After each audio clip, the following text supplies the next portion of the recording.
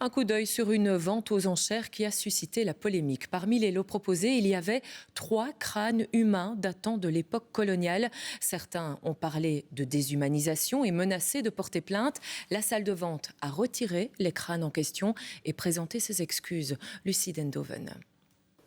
Dans cette salle de vente, il y a un peu de tout. Des peintures, des sculptures, des fétiches africains, mais pour le coup, aucun crâne. Mais oui, on les a enlevés, bien sûr. Alors ces crânes, les voici en photo, que nous avons décidé de flouter.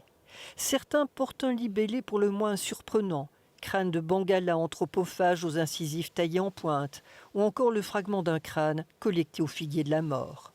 Moi, j'ai vu vendre à Paris, chez Drouot, des sarcophages, des squelettes. Bon, vous savez, la vente publique, vous avez de tout et de rien. Hein. On était dans la légalité, mais il y a le côté humain qui joue. Et c'est d'ailleurs la raison sur laquelle la plupart des tweeters et autres ont discuté, en disant, écoutez, comment pouvez-vous vendre des crânes humains ? La salle de vente a donc fait marche arrière toute, après les réactions en chaîne sur les réseaux sociaux. Tout simplement, c'est une vente qui est scandaleuse. Tout simplement, c'est une vente de crânes de victimes de la colonisation. Cette vente aux enchères, c'est un peu comme les tuer une deuxième fois, en fait.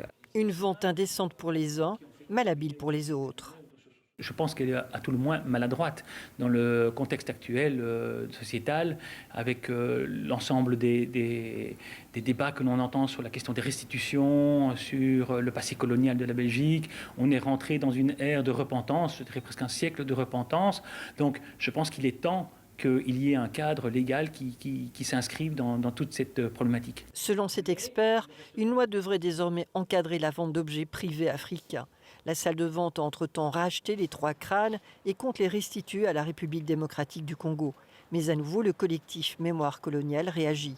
Normalement, le code pénal interdit le recel de cadavres, donc c'est pour ça que cette vente aux enchères nous a fortement interpellés.